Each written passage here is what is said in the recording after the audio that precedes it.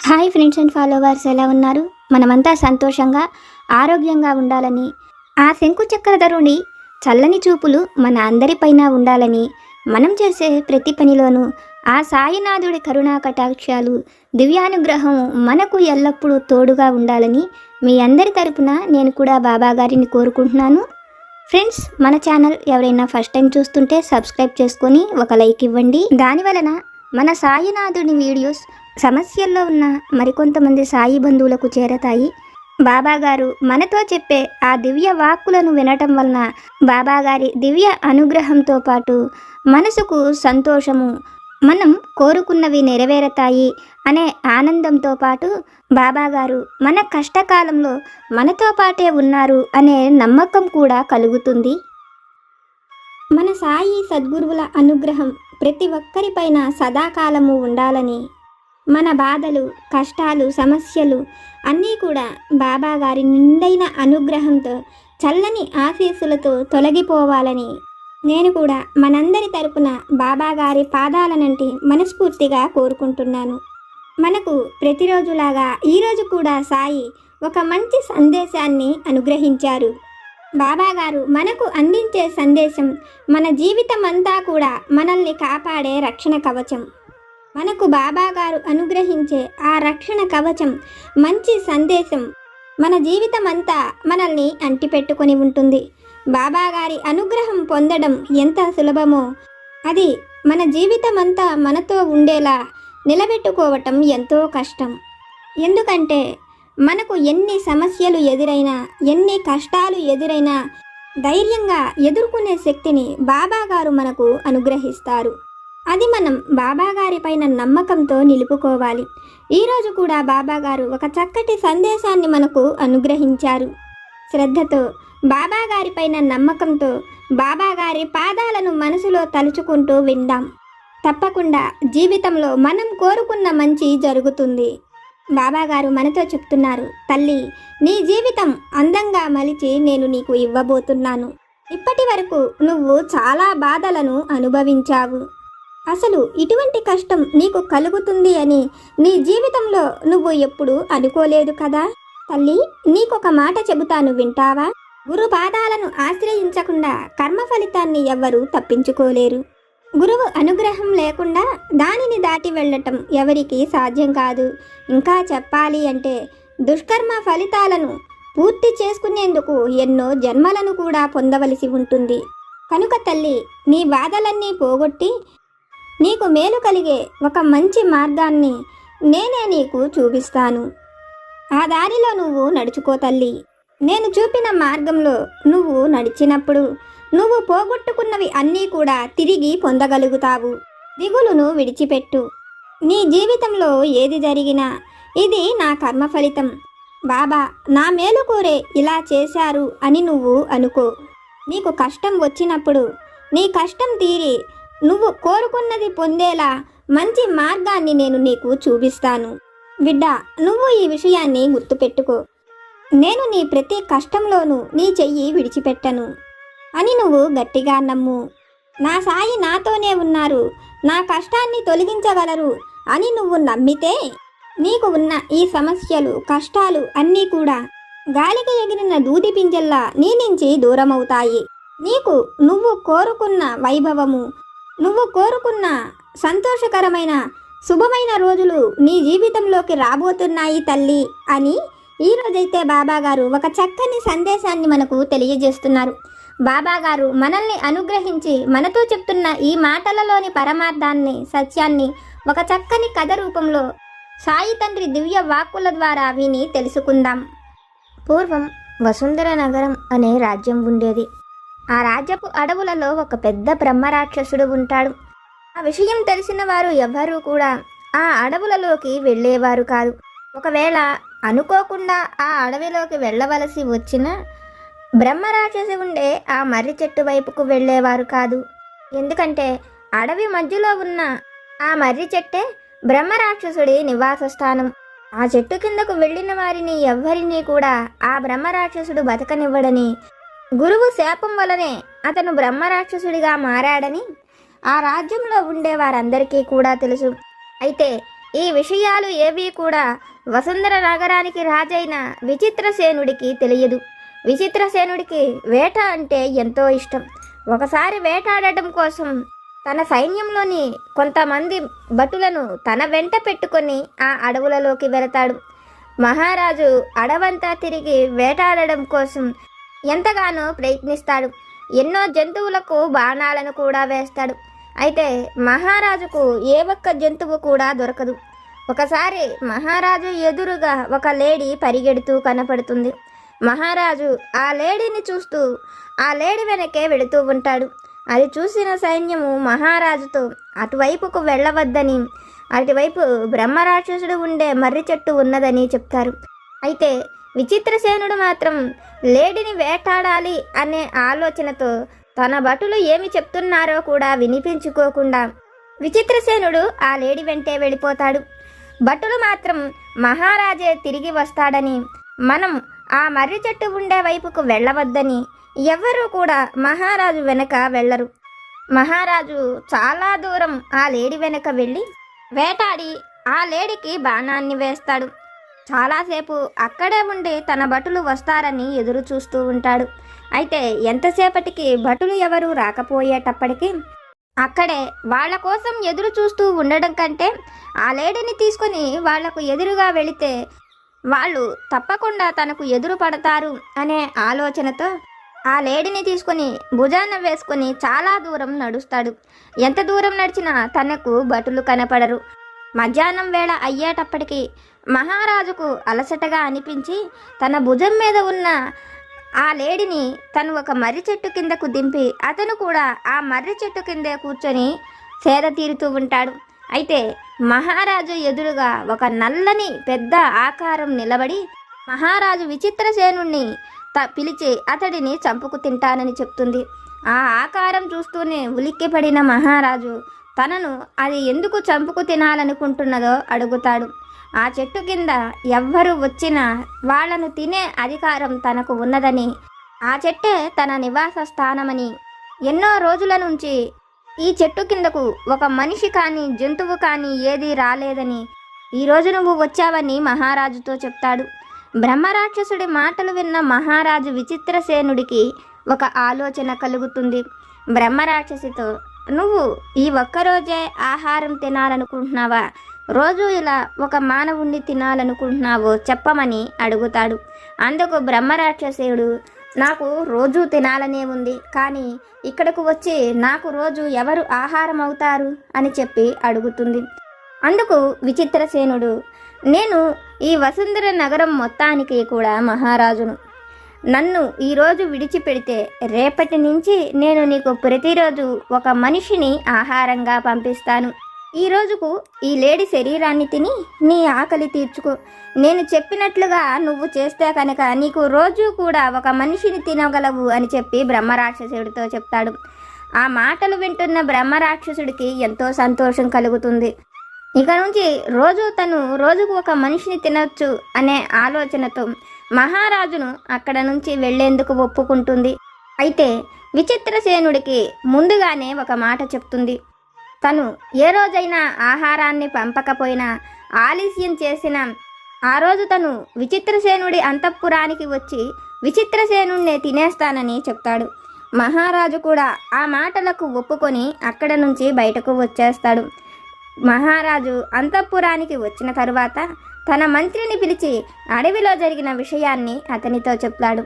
విచిత్రసేనుడి మాటలు విన్న మంత్రి, మహారాజా, మీరు ఈ విషయమైతే అస్సలు భయపడవలసిన అవసరం లేదు. మన రాజ్యంలో ఎంతోమంది ఖైదీలు ఉన్నారు. వాళ్లను రోజుకు ఒకళ్లను మనం ఆ చెట్టు దగ్గరకు పంపవచ్చని మంత్రి మహారాజుకు సలహాను ఇస్తాడు. మహారాజు కూడా ఎంతో సంతోషిస్తాడు. తన దగ్గర ఖైదీలుగా ఉన్న వాళ్లను రోజుకు ఒకళ్లకు ఆహారాన్ని ఇచ్చి బ్రహ్మరాక్షసికి ఇచ్చి రమ్మనమని పంపించేవాళ్ళు. అలా వెళ్ళిన వాళ్లను ఆ బ్రహ్మరాక్షసి చంపుకు తింటూ ఉండేది. 1 సంవత్సర కాలం గడిచేటప్పటికి ఖైదీలందరూ కూడా అయిపోతారు. ఏమి చెయ్యాలో అర్థం కాని పరిస్థితుల్లో మహారాజు బాధపడుతూ ఉంటాడు. అయితే మంత్రి మాత్రం మహారాజును బాధపడవలసిన అవసరం లేదని, మనం గ్రామాల్లో చాటింపు వేయిస్తే రోజు కూడా తప్పకుండా ఎవరో ఒకరు వస్తారని, దాని వలన మహారాజు సంతోషంగా ఉండవచ్చని, అయితే దానికోసం కొంత ధనం ఖర్చు అవుతుందని చెప్తాడు. అందుకు విచిత్రసేనుడు కూడా సరేనని సంతోషంగా ఒప్పుకుంటాడు. మంత్రి చెప్పినట్లుగా రోజుకు ఒకరు ఆహారం కోసం ఎవరైతే ఆ బ్రహ్మరాక్షసి దగ్గరకు వెళతారో వాళ్లకు 1000 బంగారు వరహాలను ఇస్తామని చాటింపు వేయిస్తారు.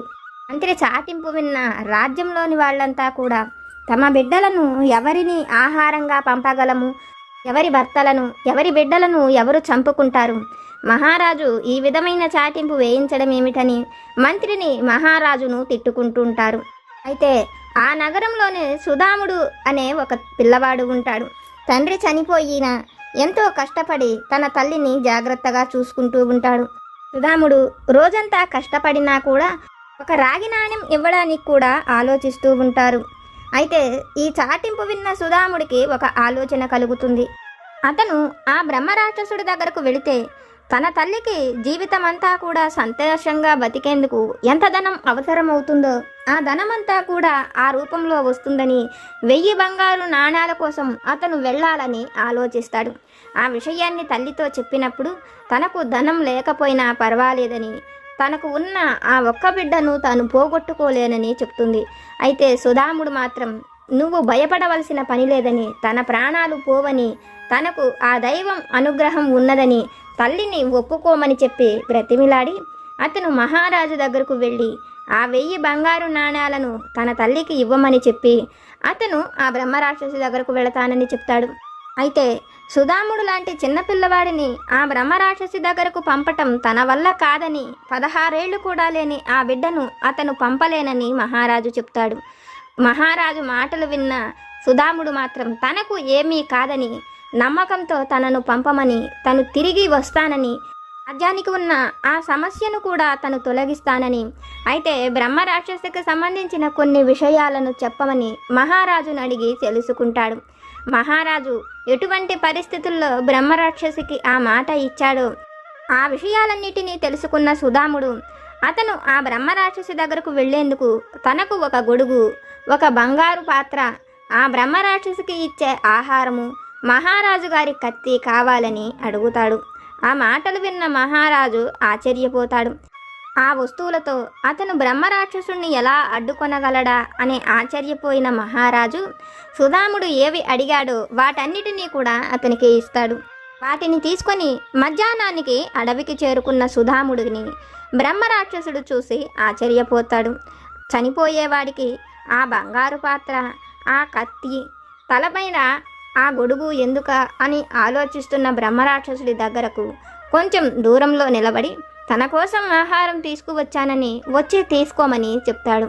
అయితే బ్రహ్మరాక్షసుడు కూడా ఎంతో తెలివిగా, నువ్వు ఎంతో దూరం నుంచి నా కోసం ఈ ఆహారాన్ని తెచ్చావు, కాసేపు ఈ చెట్టు కింద కూర్చొని సేద తీరి వెళ్ళమని చెప్తాడు. అయితే సుధాముడు మాత్రం మహారాజు తనను అన్నమిచ్చి రమ్మనమని పంపాడని, తనకు నీడ కోసం తన చేతుల్లో గొడుగు ఉన్నదని, కాబట్టి తను ఆ చెట్టు కిందకి రావలసిన అవసరం లేదని చెప్తూ తను తెచ్చిన బంగారు పాత్రలో ఆ అన్నమంతా పెట్టి ఆ బంగారు పాత్రను తన చేతుల్లోని కత్తితో ముందుకు జరుపుతుంటాడు. అది చూసిన బ్రహ్మరాక్షసుడికి సుధాముడి ఆలోచన ఏమిటో తెలిసిపోతుంది. సుధాముడు కనుక ఆ చెట్టు కిందకు వస్తే అతడిని తను చంపుకు తింటానని, అందుకని సుధాముడు రావటం లేదని తెలిసి సుధాముడిని భయపెట్టేందుకు ఎంతగానో ప్రయత్నిస్తాడు. తను చివరకు మహారాజును కూడా వెళ్ళి చంపుతానని బెదిరిస్తాడు. అయితే బ్రహ్మరాక్షసుడి బెదిరింపులకి సుధాముడు కొంచెం కూడా భయపడడు. బ్రహ్మరాక్షసుడితో నువ్వు నన్ను ఏమీ చెయ్యలేవు, అలాగే మా మహారాజును కూడా నువ్వు ఏమీ చెయ్యలేవు, ఎందుకంటే ఈ చెట్టు కిందకు వచ్చిన వారిని మాత్రమే నువ్వు చంపగలవు, అది నీకున్న శాపం. కాబట్టి నువ్వు మా రాజ్యంలోకి వచ్చి మా మహారాజును కూడా చంపలేవన్న విషయం నాకు తెలుసు. నేను వెళ్ళి ఈ విషయాన్ని మా మహారాజుకు చెప్తాను. మా మహారాజు రేపటి నుంచి నీకోసం ఎవరిని పంపించడు, ఆహారాన్ని కూడా పంపడని చెప్తాడు. అయితే సుధాముణ్ణి ఆ బ్రహ్మరాక్షసి బ్రతిమిలాడుతూ ఆ విధంగా చెయ్యొద్దని చెప్తుంది. సుధాముడు మాత్రం బ్రహ్మరాక్షసితో నువ్వు నీ కర్మ ఫలితాన్ని పూర్తి చేసుకొని నీ శాప విమోచనాన్ని పొందవా, ఇలా ప్రతి మనిషిని చంపుకు తింటూ వాళ్ళ కర్మ ఫలితాలను కూడా నువ్వే అనుభవిస్తావా, ఇలా ఇంకా ఎన్నాళ్ళు జీవిస్తావని బ్రహ్మరాక్షసుణ్ణి అడుగుతాడు. సుధాముడి మాటలు వింటున్న బ్రహ్మరాక్షసుడికి తన గురువు పెట్టిన శాపం గుర్తుకు వస్తుంది. గురువును తను మోసం చేసినందుకు బ్రహ్మరాక్షసుడిగా మారమని శపిస్తాడు. అయితే అతను గురువు పాదాలను పట్టుకొని తన శాపాన్ని ఉపసంహరించమని అడిగినప్పుడు అతని కర్మ ఫలితం పూర్తయ్యే రోజుకి తన దగ్గరకు ఒక బాలుడు వస్తాడని, తన కర్మ ఫలితాన్ని పూర్తి చేయించి అతనికి ఉన్న బ్రహ్మరాక్షస రూపాన్ని పోగొడతాడని, అయితే ఆ బాలుడు చెప్పినట్లుగా చేస్తేనే అవన్నీ జరుగుతాయన్న విషయం గుర్తుకు వచ్చి బ్రహ్మరాక్షసుడు సుధాముడితో, నా శాపం పూర్తయ్యి నేను మోక్షాన్ని పొందేలా నేనేం చెయ్యాలో, నా కర్మ ఫలితాన్ని ఎలా పోగొట్టుకోవాలో చెప్పమని అడుగుతాడు. అందుకు బ్రహ్మరాక్షసుడికి, నువ్వు ఈ రోజు నుంచి సాత్వికమైన ఆహారాన్ని తీసుకో, మా రాజ్యపు శివార్లలో నువ్వు అక్కడ ఉండు, నేను మహారాజుకు ఆ విషయాన్ని చెప్పి రోజు రాజభవనం నుంచి సాత్విక ఆహారాన్ని తీసుకువచ్చి ఇస్తాను. ఆ ఆహారాన్ని తిని అక్కడే దైవనామాన్ని జపం చేసుకో, తప్పకుండా నీకు ఉన్న ఈ రాక్షస రూపం తొలగి నువ్వు కోరుకుంటున్నట్లే మోక్షాన్ని పొందుతావని చెప్తాడు. అయితే బ్రహ్మరాక్షసుడు మాత్రం, ఈ చెట్టు కింద నుంచి నేను రాలేను కదా, నా గురువు నాకు ఆ విధమైన శాపాన్ని పెట్టాడు కదా అని చెప్పి అడుగుతాడు. బ్రహ్మరాక్షసుడి మాటలు విన్న సుధాముడు, మనలో మార్పు కలిగితే దైవం మనకు తప్పక సహాయం చేస్తుంది. నీ కర్మ ఫలితాన్ని నువ్వు దూరం చేసుకోవాలని కోరుకున్నప్పుడు నీకు నీ గురువు కూడా సహాయం చేస్తాడని, నువ్వు ఆ చెట్టు కింద నుంచి బయటకు వచ్చేందుకు ప్రయత్నించమని చెప్తాడు. అతను చెప్పినట్లుగానే బ్రహ్మరాక్షసుడు ఆ చెట్టును దాటి బయటకు వస్తాడు. కానీ బ్రహ్మరాక్షసుడికి ఏమీ కాదు. అది చూసిన బ్రహ్మరాక్షసుడు ఎంతో సంతోషంగా తన శాప విమోచనం కలిగించేందుకే సుధాముడు తన దగ్గరకు వచ్చాడని తెలుసుకొని అతను చెప్పినట్లుగానే రాజ్యపు శివార్ల వరకు వచ్చి అక్కడే ఉండిపోతాడు. బ్రహ్మరాక్షసుడిని రాజ్యపు శివార్లలో ఉంచి సుధాముడు మహారాజు విచిత్రసేనుడి దగ్గరకు వెళతాడు. జరిగిన అన్ని విషయాలను మహారాజుతో చెప్పడంతో మహారాజు ఎంతో సంతోషించి సుధాముడిని తన సలహాదారుడిగా తన దగ్గరే నియమించుకొని బ్రహ్మరాక్షసుడికి ఏవి కావాలో వాటన్నిటినీ కూడా ఏర్పాటు చేస్తాడు. ప్రతిరోజు ఆహారాన్ని సుధాముడే తీసుకువెళ్ళి బ్రహ్మరాక్షసుడికి ఇస్తూ ఉంటాడు. సుధాముడు ఇచ్చిన ఆహారాన్ని తింటూ అక్కడే ఉండి తపస్సు చేసుకుంటున్న బ్రహ్మరాక్షసుడికి కొన్నాళ్లకు ఆ రూపం పోయి అతను కోరుకుంటున్న దివ్య రూపం వచ్చి మోక్షాన్ని పొందుతాడు. తనకు ఇంత సహాయం చేసిన సుధాముడికి దివ్య రూపాన్ని పొందిన ఆ బ్రహ్మరాక్షసుడు, నువ్వు ఎప్పుడు ఏ కష్టం కలిగి నన్ను పిలిచినా నేనొచ్చి నీకు తప్పక సహాయం చేస్తానని మాటిచ్చి అతను దివ్యలోకాలకు వెళ్ళిపోతాడు. అదంతా చూసిన విచిత్రసేనుడికి, మన కర్మ ఫలితాన్ని పోగొట్టుకోవాలి అంటే మనకు గురువు అనుగ్రహం ఉండాలని, గురువు పాదాలను ఆశ్రయించి గురువు చెప్పినట్లుగా అతను చూపిన మార్గంలో మనం నడుచుకోగలిగితే మనం కోరుకున్న దివ్యలోకాలను పొందవచ్చని, తన గురువు చెప్పినట్లుగా అతని శాప విమోచనం కోసం ఒక చిన్నపిల్లవాడు చూపిన మార్గంలో నడుచుకొని అతను కోరుకున్న దివ్య రూపాన్ని, మోక్ష మార్గాన్ని పొందగలిగాడని విచిత్రసేనుడికి అర్థమవుతుంది. తల్లి, ఇది విన్న నీకు నేనేమి చెప్పాలనుకుంటున్నానో అర్థమైంది కదా. నువ్వు కోరుకున్నది ఏదైనా తప్పక పొందుతావు. ఎందుకంటే నా అనుగ్రహంతో, నా పాదాలపైన పూర్తి నమ్మకము, భక్తి, విశ్వాసాలతో నేను చూపిన మార్గంలో నీవు నడవగలుగుతున్నావు. కాబట్టి తల్లి, నువ్వు కోరుకున్నది ఏదైనా, అది మంచి ఉద్యోగమైన, నీ కుటుంబంతో సంతోషకరమైన జీవితమైన, ఆరోగ్యమైన, ఆర్థిక సమస్యలు తీరేటువంటి ధనమైన, నువ్వు కోరుకున్నది ఏదైనా తప్పక పొందుతావు అని మన సాయి సమర్థులు ఒక చక్కని సందేశాన్ని మనకు తెలియజేస్తున్నారు. ఫ్రెండ్స్, బాబాగారు మనతో చెప్పిన ఈ విషయాలను విన్నారు కదా. బాబాగారిపైన పూర్తి భక్తి, విశ్వాసాలతో, నమ్మకంతో మనం తెలుసుకున్న ఈ విషయాలు కనుక మీకు నచ్చితే లైక్ చేయండి, షేర్ చేయండి. మీకేమైనా సమస్యలు కనుక ఉంటే వాటిని నాకు కామెంట్ సెక్షన్లో పెట్టండి.